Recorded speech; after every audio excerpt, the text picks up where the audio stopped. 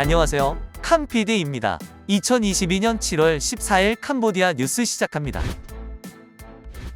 시아누크빌로 향하는 4번 고속도로가 홍수로 큰 피해를 입으면서 폐쇄되었지만 현재 부분적으로 재개통되었습니다. 폭우로 시아누크빌 지방의 도로와 주택이 침수되어 당국이 4번 국도를 폐쇄했었습니다. 한때 도로를 봉쇄하고 3번 국도로의 우회를 지시하였지만 현재는 다시 개통된 모습입니다. 한편 코오치 참노은 도지사와 지방경찰청장은 어제 홍수로 피해를 입은 4번 국도를 점검하고 사람들에게 각별한 주의를 당부했습니다. 혹시 시아누크빌에 방문하시는 교민분들께서도 계속된 폭우로 언제 다시 도로가 폐쇄될지 모르고 홍수에 갇힐 수도 있다는 점을 꼭 주의하시기 바랍니다. 깜뽕스프 당국은 지속적인 비가 지방을 강타함에 따라 국도 여행을 금지합니다. 강력한 폭우가 전국을 강타하면서 깜뽕스프는 홍수로 인해 도로 여행을 금지하는 시아누크빌과 같이 국도 여행을 금지하였습니다.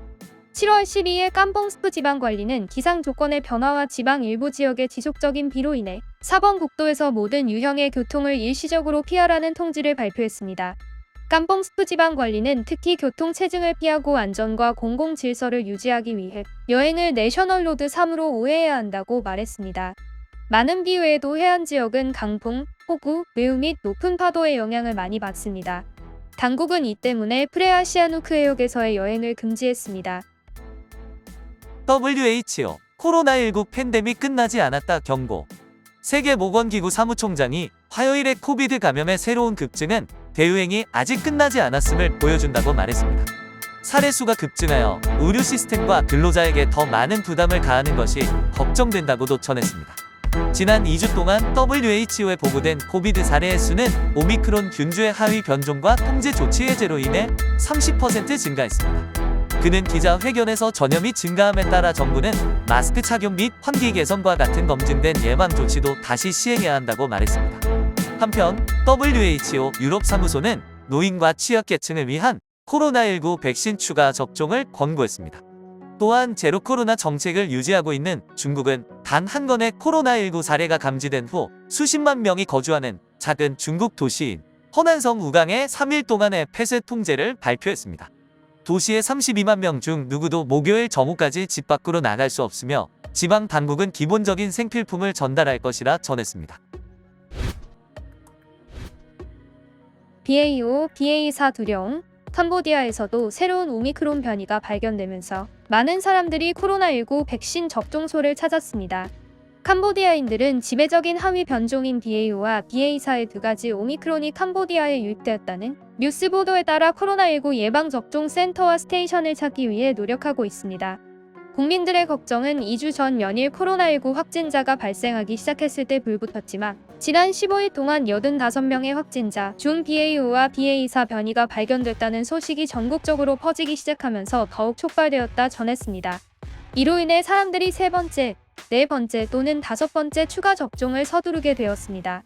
많은 부모들은 또한 세 번째 추가 접종을 하기 위해 자녀들을 동반하여 센터를 찾고 있습니다.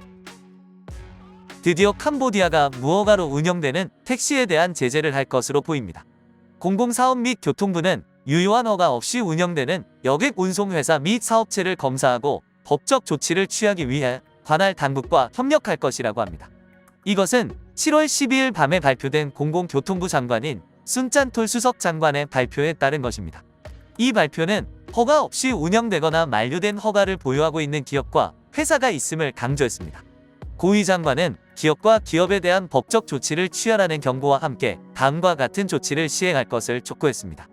아직 여객운송업 등록을 하지 않은 여객운송업을 영위하는 회사, 지점, 대리점은 현행법에 따라 등록 및 영업허가 신청서를 서둘러 작성해야 합니다. 여객운송사업 면허가 만료된 여객운송사업에 종사하는 회사, 지점 및 대리점은 법 시행에 따라 여객운송사업 갱신 신청을 서둘러 완료해야 합니다. 국토교통부는 오늘부터 위의 지침을 이행하는 데 있어 기업체 소유주와 여객자동차 운수대행사의 협조를 강력히 희망한다 전했습니다.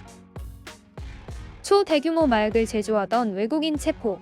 캄보디아가 직면한 마약 생산 위기의 규모는 경찰이 프놈펜에서 11명의 외국인을 체포하고 1.8톤의 엄청난 마약과 276톤의 화학물질을 압수하면서 그 규모를 확인하였습니다. 마약방지부는 대규모 마약 가공 조직을 단속하여 11명의 중국인을 체포하고 프놈펜, 스바이리에 프레이메인 칸달 지방에서 1.8톤 이상의 마약과 276톤의 화학물질을 압수했다고 밝혔습니다. 경찰은 단속 전 3개월여 동안 수사를 벌였고 2022년 7월 4일 경찰은 마약을 불법적으로 가공 보관하는 범죄자들을 단속하기 위한 특수작전에 착수했습니다. 프놈펜에서 총 12곳의 다른 목표 지점, 스와이리행에서 7곳, 프레이뱅에서 2곳, 깐달에서 1곳, 한 곳의 처리 장소와 6개의 저장 위치를 포함한 2곳의 목표 지점이 급습 대상이었습니다. 총 29개의 지점을 한 번에 급습하는 대규모 특수작전입니다. 압수된 증거물은 케타민 1.8톤 화학물질 및 화합물 276톤 다량의 약물, 처리 장비, 자동차 8대, 오토바이 3대, 휴대폰 19대 등이었습니다. 부탄의 미녀가 LGBTQ 커뮤니티에 동참. 파시초드는 미스 유니버스 대회에서 부탄을 대표하는 최초의 참가자가 될 뿐만 아니라 히말라야 국가에서 공개적으로 동성애를 공개한 유일한 공인이기도 합니다. 부탄이라는 나라는 경제 성장과 동등한 시민의 복지를 우선시한다는 국민 총행복의 철학으로 유명합니다. 그러나 2021년 2월까지 게이섹스는 형법에서 자연법에 반하는 성행위로 정의되어 불교 국가에서 불법으로 낙인 찍혔습니다. 이는 그녀가 지난달 2022 미스 부탄으로 선정된 것을 거의 80만 명에 달하는 국민들과 LGBTQ 커뮤니티의 협력으로 만든 것이라고 그녀는 말했습니다. 그녀는 나는 부탄 커뮤니티를 대변할 뿐만 아니라 미스 유니버스 대회와 같은 플랫폼에서 소수민족 커뮤니티를 대변하고 있다고 말했습니다. 시청해주셔서 감사합니다. 더 새롭고 빠른 뉴스로 다시 뵙겠습니다. 즐거운 하루 되세요.